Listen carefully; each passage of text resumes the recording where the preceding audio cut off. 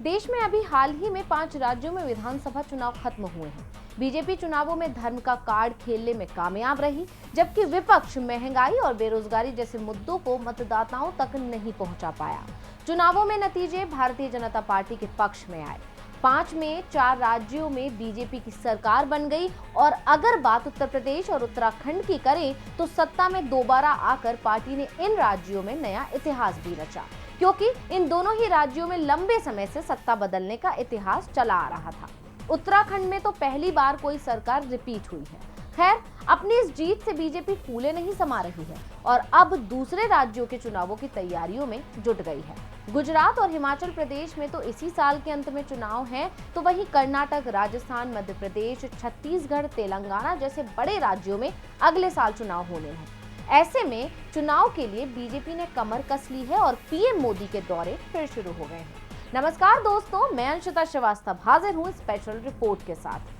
तो अब बीजेपी की नजर है अगले चुनावों पर। हालांकि राज्य में इतने मुद्दे हैं, खासकर महंगाई अपनी चरम पर है, जनता त्रस्त है, लेकिन सरकार तो सिर्फ चुनाव लड़ने पर ही फोकस करती रहती है। ऐसे ही अब बीजेपी की सवारी उन राज्यों के लिए निकल पड़ी है जहां इस साल के अंत और 2023 में चुनाव होने हैं। खैर, चुनाव है तो प्रचार तो करना ही होगा, लेकिन इन सब में गौर करने वाली बात है कि हर राज्य में चुनाव का मोर्चा पीएम मोदी खुद क्यों संभालते हैं। लगभग हर राज्य में पीएम के ही फेस पर चुनाव क्यों लड़ा जाता है? क्या पीएम को किसी और पर भरोसा नहीं है, या फिर वो अपनी लोकप्रियता कम होने से डरते हैं, या फिर पार्टी में किसी दूसरे लोकप्रिय चेहरे को उभरते नहीं देख सकते? ऐसे बहुत से सवाल हैं जो सियासी गलियारों में चर्चा का विषय बने हुए हैं। अब ये सवाल उठे क्यों? तो आपको बता दें कि अभी हाल ही में बीजेपी ने ये संकेत दिए हैं कि राजस्थान, मध्य प्रदेश और छत्तीसगढ़ में बीजेपी पीएम मोदी के ही चेहरे पर चुनाव लड़ेगी। गुजरात विधानसभा चुनावों में चेहरा पीएम होंगे, ये पहले से ही तय है। अब इस ऐलान के बाद सवाल तो बनता ही है कि क्या बीजेपी के पास कोई भरोसेमंद चेहरा नहीं है और सारा दारोमदार पीएम मोदी के कंधों पर है, या मसला कुछ और ही है, जैसे जीत का क्रेडिट किसी और को ना लेने देना। तो आज की इस स्पेशल रिपोर्ट में हम पड़ताल करेंगे इन्हीं सब सवालों की कि आखिर राज्यों में बीजेपी पीएम के चेहरे पर ही चुनाव क्यों लड़ रही है। अब इन सवालों के जवाब के लिए शुरुआत करते हैं अभी हाल ही में हुए 5 राज्यों के चुनावों से। तो उत्तर प्रदेश, उत्तराखंड, पंजाब, गोवा और मणिपुर, इन पांचों में से बीजेपी का फोकस खासकर 4 राज्यों पर था जहां उनकी सरकार थी। बीजेपी ने पंजाब पर ज्यादा फोकस नहीं किया और अब अगर बात करें इन 4 राज्यों की, तो 4 में से 3 राज्यों में पीएम मोदी के चेहरे पर ही चुनाव लड़ा गया, जबकि उत्तर प्रदेश में सीएम योगी के चेहरे पर चुनाव लड़ा गया, जिसको लेकर दावा किया जाता है कि उत्तर प्रदेश में कांटे की टक्कर का चुनाव था और समाजवादी पार्टी मजबूत थी। ऐसे में अगर पार्टी हार जाती तो पीएम की छवि को नुकसान हो सकता था। ऐसे में सीएम योगी के फेस पर चुनाव लड़ा गया, जिससे अगर पार्टी हार जाए तो उसका ठीकरा योगी आदित्यनाथ के सर पर फोड़ दिया जाए। हालांकि पार्टी को जीत मिली, लेकिन पार्टी की इस रणनीति से पीएम का डर जाहिर हो गया, क्योंकि योगी समर्थकों की ओर से अब उन्हें 2024 में पीएम पद का दावेदार बताया जाने लगा है। ऐसा किसी दूसरे राज्य में हुआ तो पीएम मोदी की चुनौती बढ़ सकती है। अब बात करते हैं आगामी चुनावों की। तो गुजरात के लिए पीएम मोदी के दौरे शुरू हो चुके हैं और अब 1 महीने के अंदर दूसरी बार गुजरात दौरे पर जा रहे हैं। खैर, गुजरात तो पीएम मोदी का गृह क्षेत्र है और यहाँ उनके इशारे पर सीएम बदल भी दिया जाता है, लेकिन अगले साल राजस्थान, मध्य प्रदेश और छत्तीसगढ़ में भी विधानसभा चुनाव होंगे। यहाँ बीजेपी के पास मजबूत जनाधार वाले चेहरे हैं, लेकिन फिर भी पार्टी ने साफ संकेत दे दिया है कि विधानसभा चुनावों में चेहरा पीएम मोदी ही रहेंगे। मध्य प्रदेश में शिवराज सिंह चौहान, जो इस समय मुख्यमंत्री भी हैं, राजस्थान में पूर्व सीएम वसुंधरा राजे सिंधिया, जिनकी लोकप्रियता पूरे राजस्थान में है, और छत्तीसगढ़ के पूर्व सीएम रमन सिंह, जो लगातार 15 सालों तक सीएम रहे हैं। ऐसे दिग्गजों के होते हुए भी बीजेपी पीएम पर ही दांव खेल रही है। सबसे पहले बात करें मध्य प्रदेश की, तो आपको बता दें कि मुख्यमंत्री शिवराज सिंह चौहान लगातार 3 टर्म सीएम रह चुके हैं और 15 महीने के अंतराल के बाद चौथी बार मध्य प्रदेश के सीएम बने। दिसंबर 2018 के विधानसभा चुनाव में चौहान बीजेपी को सत्ता के दरवाजे तक नहीं पहुंचा पाए। बीजेपी चंद सीटों से कांग्रेस से पीछे रह गई थी, जिसके चलते 17 दिसंबर 2018 को मध्य प्रदेश में कमलनाथ के नेतृत्व में कांग्रेस की सरकार बन गई थी।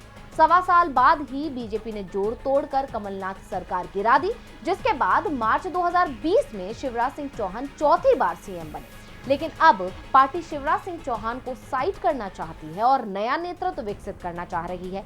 इसीलिए 4 बार के सीएम रहते हुए भी शिवराज के चेहरे पर पार्टी चुनाव लड़ने को तैयार नहीं है, क्योंकि शिवराज के नेतृत्व में बीजेपी जीती तो दिल्ली की कुर्सी पर उनका दावा सबसे मजबूत होगा।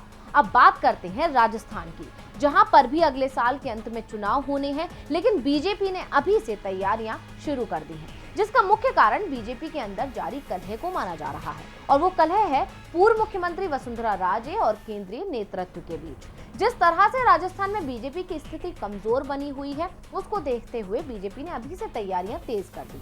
2018 में राजस्थान में बीजेपी खास प्रदर्शन नहीं कर सकी थी और कांग्रेस प्रदेश की सत्ता पर काबिज हुई थी। ऐसे में अगला चुनाव जीतना बीजेपी के लिए चुनौती बना हुआ है और बीजेपी की इस चुनौती को और भी मुश्किल बना दिया है पार्टी के अंदर छिड़ी कलह ने।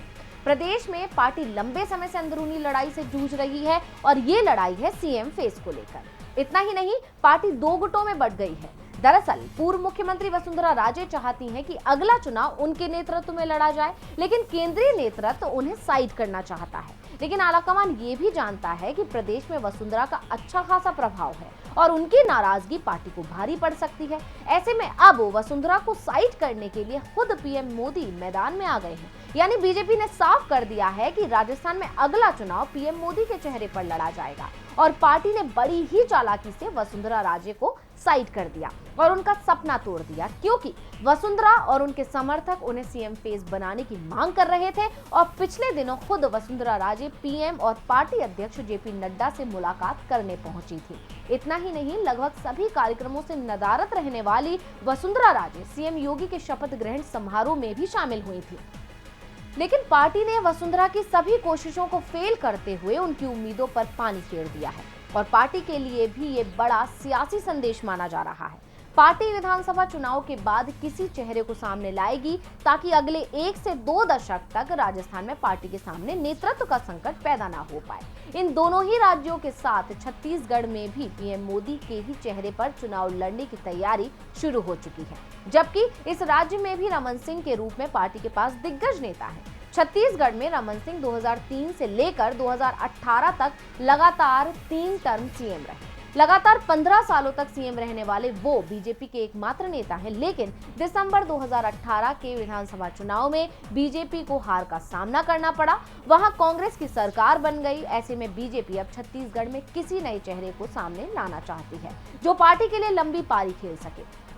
इसी के साथ ये भी तय है कि बीजेपी 2023 के पहले किसी नए चेहरे को सामने नहीं लाएगी। इससे पार्टी के भीतर गुटबाजी बढ़ने का खतरा रहेगा। ऐसे में विधानसभा चुनाव तो मोदी के नेतृत्व में ही होगा। चुनाव नतीजे आने के बाद ही नया चेहरा सामने लाया जाएगा। अब बीजेपी आलाकमान की रणनीति से साफ है कि पार्टी को किसी पर भरोसा नहीं है और पार्टी के अंदर कोई भी ऐसा चेहरा नहीं है जिसके चेहरे पर चुनाव लड़कर पार्टी को जीत हासिल हो सके। यानी ये सब देखकर कहा जा सकता है कि पीएम को हार का डर है, या ये भी कहा जा सकता है कि चेहरे तो बहुत हैं, लेकिन पीएम किसी को लाइमलाइट में आने नहीं देना चाहते। खैर, जो भी हो, लेकिन पार्टी ने अपनी रणनीति से इन दिग्गजों को साइडलाइन कर दिया। लेकिन पार्टी की रणनीति उसे फायदा पहुंचाएगी या नहीं, ये तो नतीजे आने पर ही पता चलेगा। तो इसी के साथ मुझे दीजिए इजाजत, फिर हाजिर होंगे एक और स्पेशल रिपोर्ट के साथ। नमस्कार।